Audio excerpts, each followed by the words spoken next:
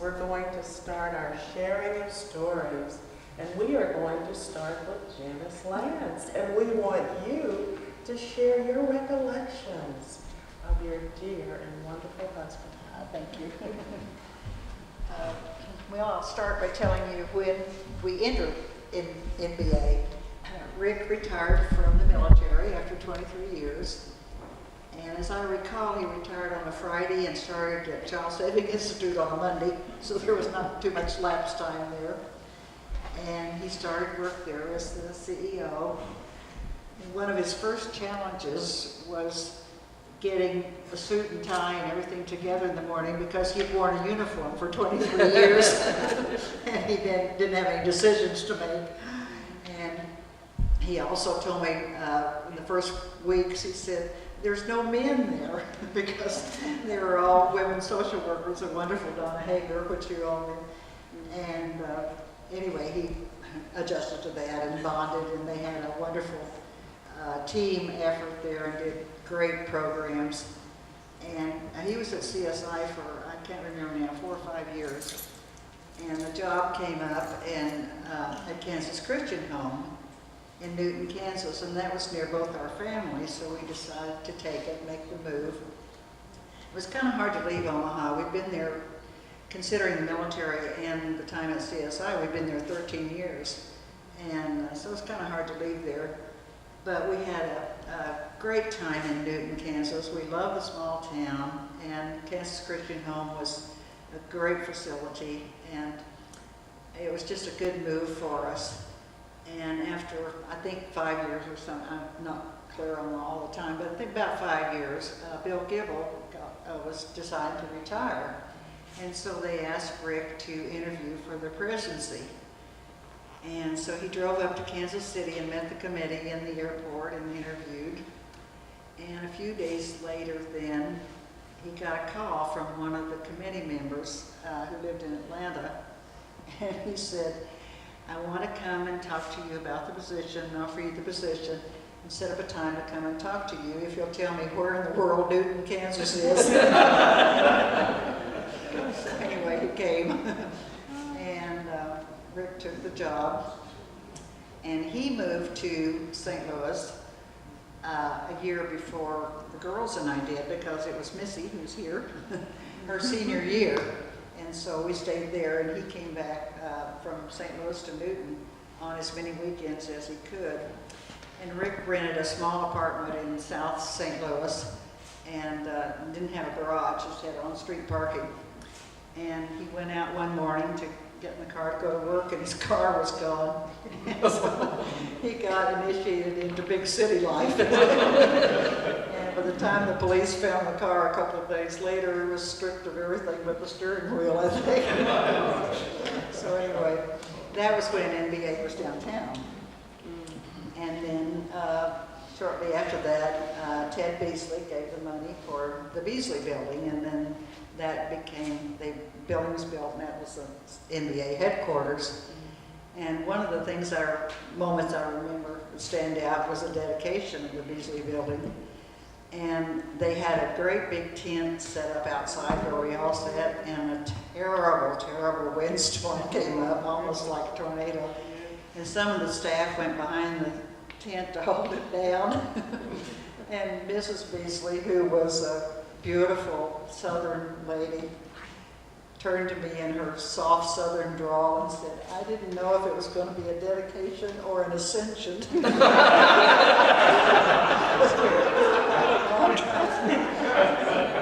was a great moment.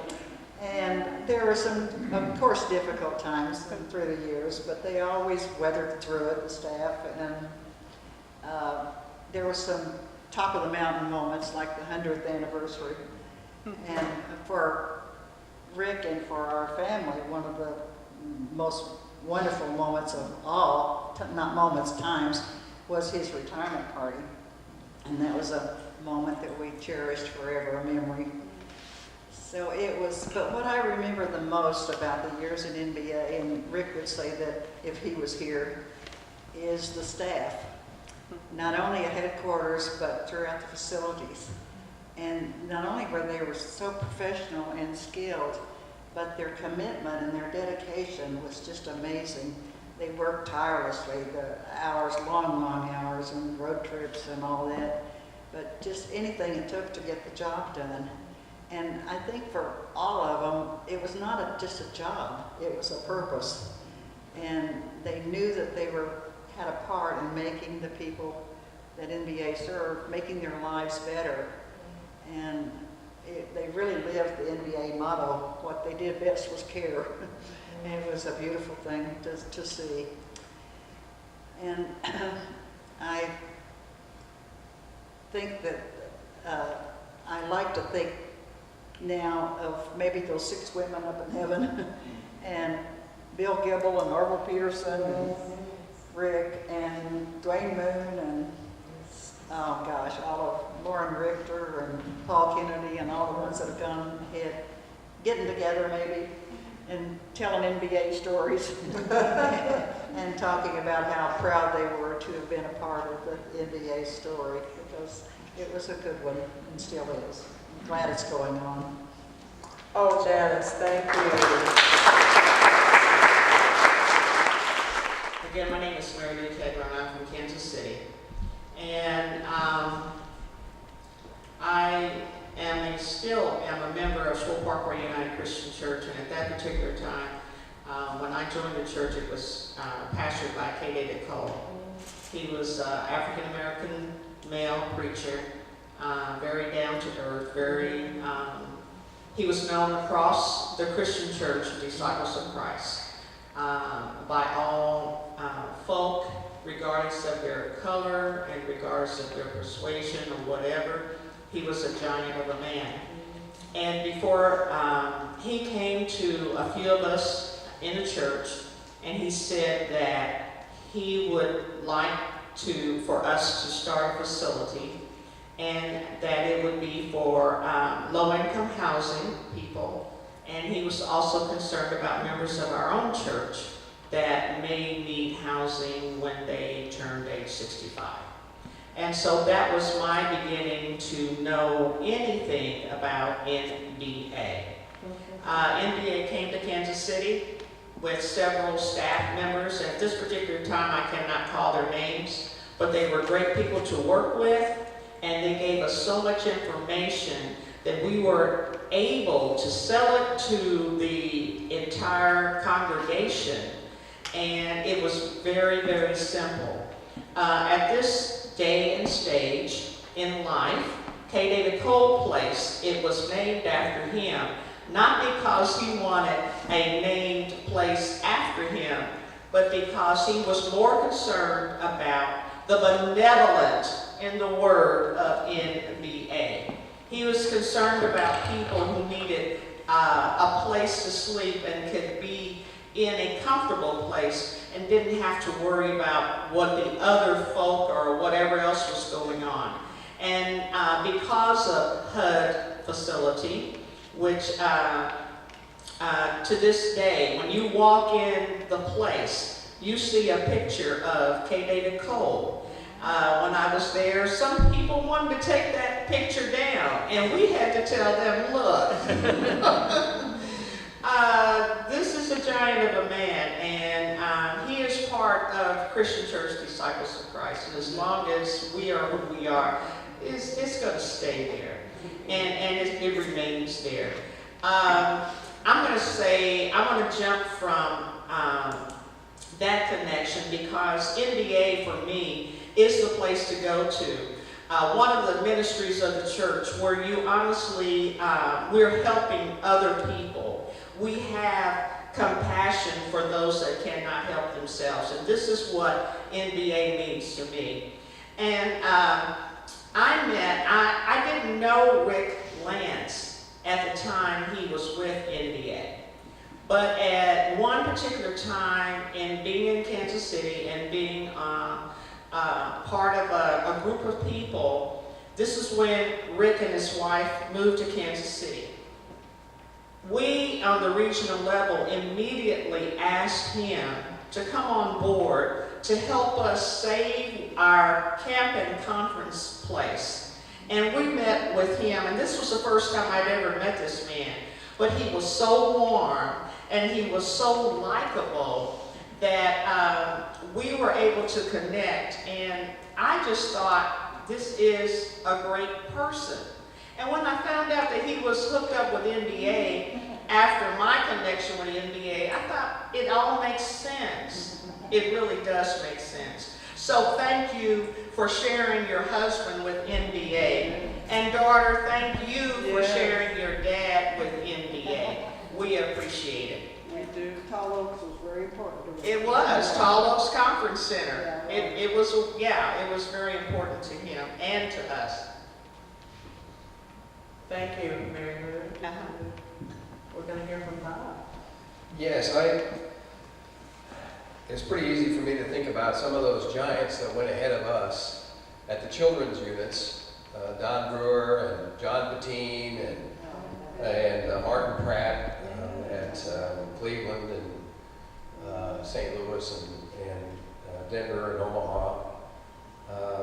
There were folks like Norma and Cheryl here in St. Louis, but scattered around the country. When I first came, it was, the Mark Palmers and the Donna Davis, Tubok Davis, Donna Hager, Beth Monteverde in Pittsburgh, Sue Cherney in Jackson, Mississippi, Dave Lundeen at Cleveland Christian Home. They were all giants in their field, not just within their own community here with NBA, but they were all known nationally for their leadership. And I think that's a heritage that lives on today with all of the folks that are currently at NBA. So sorry for the crack in my voice, but I think that commitment of families still sticks with everybody here today. I'd like to lift up 3 leaders I remember fondly and greatly admire. I would call them the affirmative action trailblazers. On the one hand is the late William K. Fox, Administrative Secretary of the National Convocation. And on the other hand are 2 NBA presidents, William Gibble and Richard Lance. When I think of these men, I think of these descriptors. First and foremost, they had integrity. You have to have it to lead.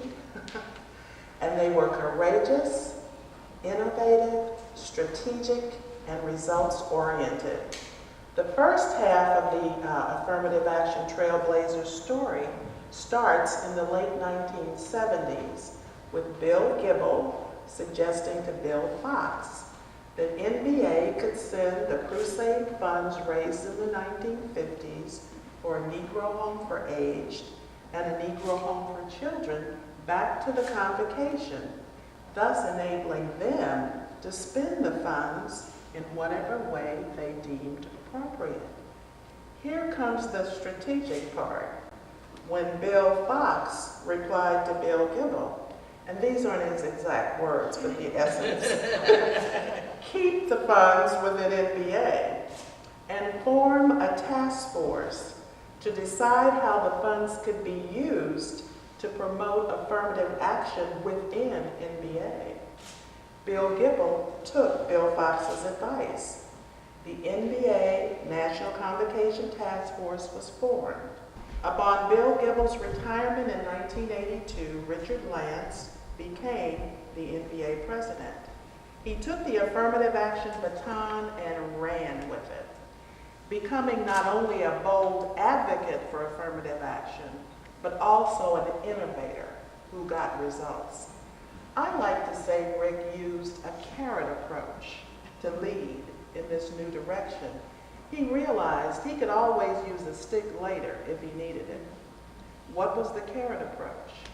He set a goal of 20% minority participation or more on NBA boards, employees, and residents.